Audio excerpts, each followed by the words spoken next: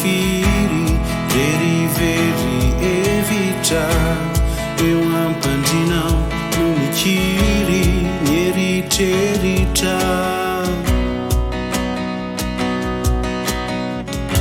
tolasa anio any misavo to tsy eto an-tany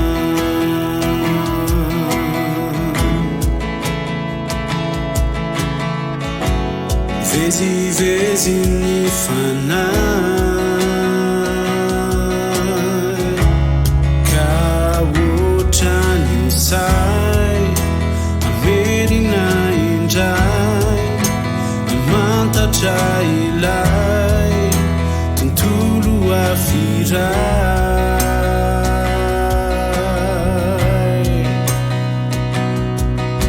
fa ano an'izao misy toerana iray fa lasa ano any izay eritretro izay fa ano any ko misy toerany fo lay tontolo faharoa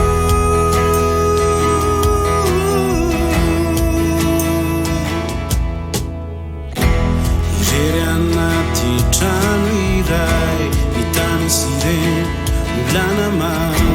irery alofanay ay mifanaofao sy mifangaro ny lasa sy ny oay nakipiny maso de zay tontolo afindray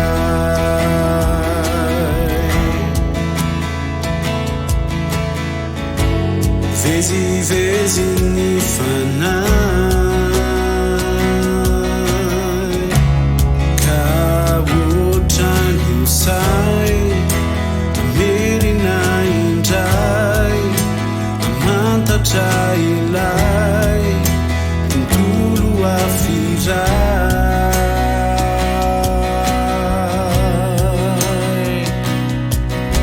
fa ano an'izao misy toerana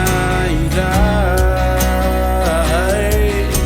fa lasa ano any izay eritretro izay fa ano any ko misy toerany fo lay tontolo faharoa an'izao misy toerana iray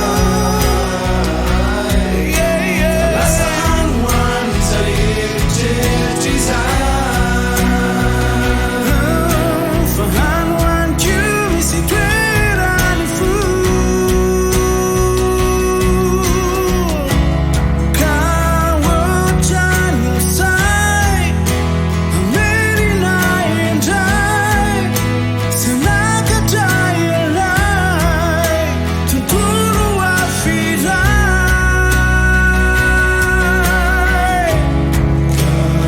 ohatrany osay amerina indray mantatra ilay tontolo afiray lay tontolo